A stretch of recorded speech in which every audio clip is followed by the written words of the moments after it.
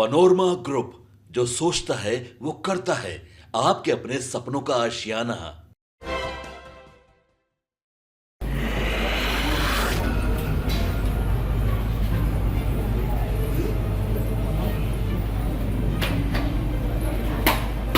बिहार के गया में सनातन धर्मावलंबियों के लिए एक से बढ़कर एक धार्मिक स्थल है।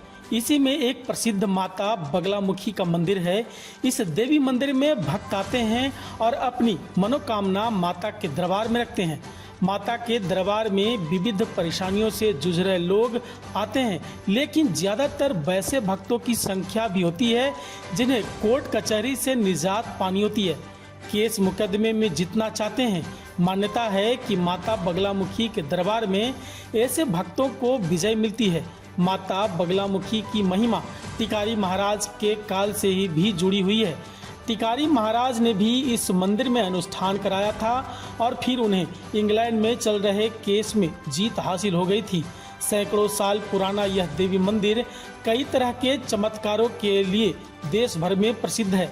माता बगलामुखी के नाम से ही इस स्थान को बंगला स्थान के नाम से जाना जाता है। कोर्ट कचहरी का चक्कर से निजात के लिए भक्त माता बगलामुखी के गया स्थित इस मंदिर में जरूर आते हैं। इसमें अधिकांश वैसे लोग होते हैं जो निर्दोष होते हैं और किसी तरह से वह कोर्ट कचहरी पुलिस केस में फंस गए। ऐसे भक्त काफ़ी तादाद में माता बगलामुखी के दरबार में अर्जी लगाने आते हैं। माता के दरबार में अर्जी लगाने वालों के बीच आस्था की कड़ी ऐसी मजबूत है कि अब तक अपवाद को छोड़कर अधिकांश को सफलता मिली है। इसी मान्यताओं के कारण गया के इस देवी मंदिर में बिहार ही नहीं बल्कि देश भर से लोग आते हैं। यहाँ माता के सामने अर्जी लगाते हैं और अपनी पीड़ा रखकर माता से शत्रु को हराने की गुहार लगाते हैं। भक्तों का मानना है कि उन्हें निश्चित तौर पर सफलता मिलती है। माता हमारी पीड़ा दुख को हर लेती है। नतीजन कोर्ट कचहरी पुलिस केस से उन्हें निजात मिलता है। इस मंदिर के अद्भुत चमत्कार के उदाहरण टिकारी महाराज हरिहर प्रसाद सिंह से भी रहा है। उन्हीं के जमाने से इस बगलामुखी देवी मंदिर से जो कोर्ट कचहरी का कनेक्शन और उसमें मिलने जुलने वाली सफलता की कहानी चर्चित होनी शुरू हुई तो इस मंदिर की प्रसिद्धि बढ़ती चली गई। यहाँ हर दिन यज्ञ अनुष्ठान भी होता है। माता के दरबार में सालों भर भक्तों की भीड़ आती। नवरात्र में अहले सुबह से ही लगी रहती है।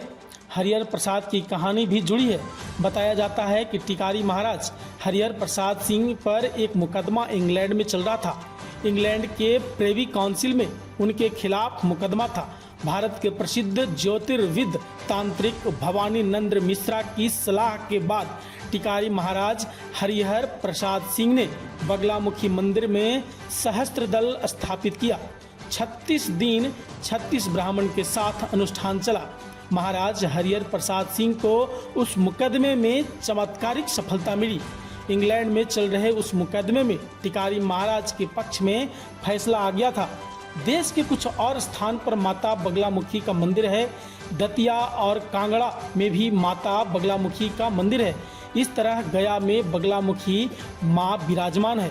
गया के बगलामुखी माता के मंदिर की प्रसिद्धि देश भर में है। देश भर से यहाँ भक्त आते हैं। यहाँ से कोई न कोई भक्त हैं जो पिछले कई दशकों से लगातार मंदिर में माता के दर्शन करके बिना नहीं रह सकते।